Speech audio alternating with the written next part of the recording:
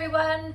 Today I'm going to show you a really lovely little recipe. I know that this week or next week is back to school, which is quite exciting, I imagine, for parents that have been homeschooling this whole time, but it might be a bit daunting for your kids, or really exciting, in which case I thought it would be lovely to do a really child-friendly recipe, so they can either celebrate a great week back at school, or like me, maybe they like cooking as a way to kind of ease stresses or just forget about feeling anxious about something. I've got one of my favourite recipe books from when I was a kid.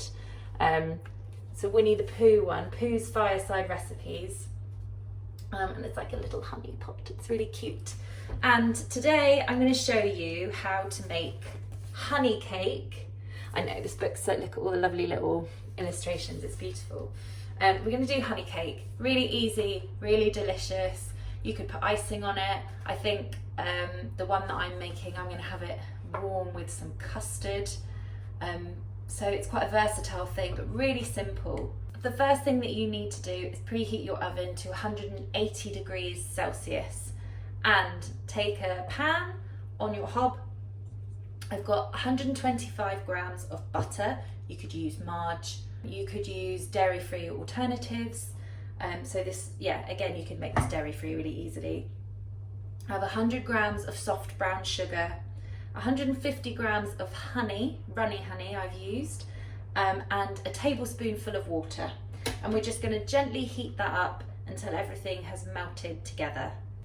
And I also need something soothing to bake today as well, because my week has been insane.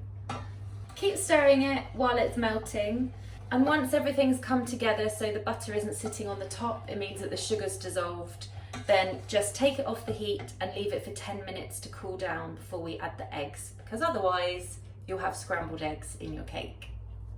So I've let that cool down for about 10 minutes. In that time, I've taken a loaf tin and I have buttered and put some flour in. You can use greaseproof paper if you prefer, but I sometimes just do that, and it won't stick, so you don't need to use your greaseproof paper. Now we need to add in 2 eggs. Just crack it into the pan. Not very much washing up with this recipe as well, which is great. Make sure that you don't get any eggshells in there. Actually, let's do one at a time. I like to break up the yolk, smash it in, and then beat that in with your wooden spoon, and then go in with the other egg. And finally, I've got 175 grams of self-raising flour. We're going to put it all in one go, slowly mix it in at first, and then you can beat it properly.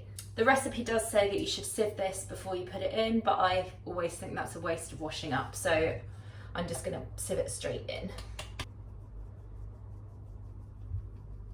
And just give it a slow mix at first, otherwise you're going to end up with flour all over your kitchen.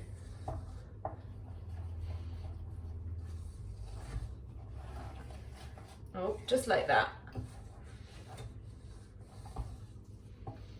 This will look a little bit lumpy, but we're going to beat the living daylights out of it in a second, just to get it all. So mine looks quite lumpy. So this is why you need to give it a good beating until it's not, until it's nice and smooth. Work those muscles.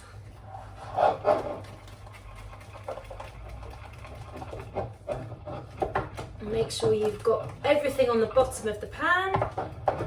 Yeah.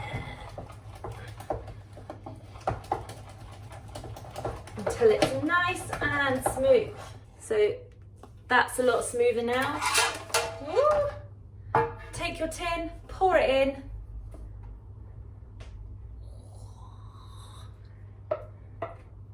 So it seems like quite a wet batter. You need to put this into your preheated oven for 30 to 35 minutes. And this is the best part about this recipe, is that the cake batter is so delicious.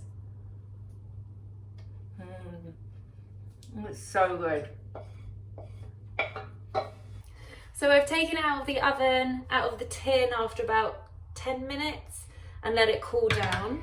If you wanted to make some icing or anything for it, you could take about 150 grams of icing sugar, put a spoonful of honey in, and then another spoonful or so of water, and then just drizzle it over the top. That's really good.